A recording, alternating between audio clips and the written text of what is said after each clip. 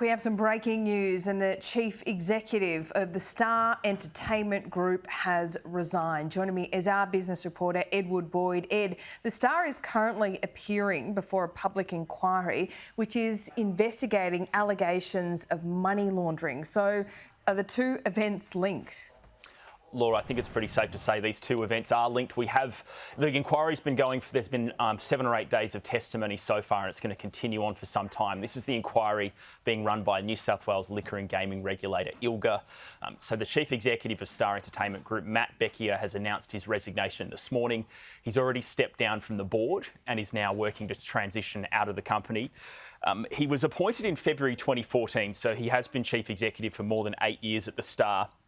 But with the Star appearing before this inquiry, it's become clear there are money laundering allegations within the business that do need to be addressed. So last week, the inquiry was pretty damaging for the Star. We heard how high roller gamblers were often charged hotel room fees when in fact the money was used for gambling instead. We also heard how a compliance officer at the Star misled the regulator. And we also heard about Chief Executive Matt Bekier. He dismissed a report by KPMG which found it highly likely that money laundering had occurred through the casino. So he dismissed that report in front of the KPMG executive. So there's a whole host of things here that have gone on at the Star. It's very similar to Crown Resorts and the issues that they've had over the last couple of years, which are now starting to be cleaned up. I think it's becoming clear from this ILGA inquiry that the Star is going to have to do some work of its own to fix up the business as well. Yeah, indeed. It's unusual for him, is it, to quit before this inquiry is even complete, or are they trying to just stem the bleeding, if you like? Look, it is a bit of a surprise that the chief executive's just stepped down immediately today. He wasn't scheduled to speak before the inquiry.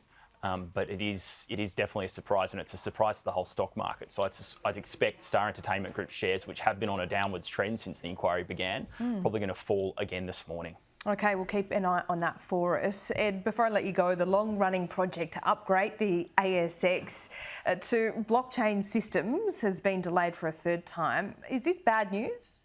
This is bad news for the ASX. It's bad news for a whole stock market in general. I've actually just counted, and it is actually the 4th time, sorry, Laura, that this project's been delayed. So it was announced in 2015. It was delayed in 2018, then delayed 2 times in 2020. Then it was meant to open for trading in April 2023, so April next year. This morning they put out an update saying they're having more issues with this new software that they're trying to bring in, and the go-live date is very likely going to be delayed even further than that. So the whole idea of this project is to replace the clearinghouse system where every share transaction is kept. There's a record of every share sale on the ASX. The idea is to put that on the blockchain so it's kept forever and you can see every single transaction that's ever happened. It's proving to be a very difficult project. It costs $250 million and it's likely going to be delayed for quite a few more months past April 2023. OK, doesn't sound simple. Ed, thanks so much. Thanks, Laura.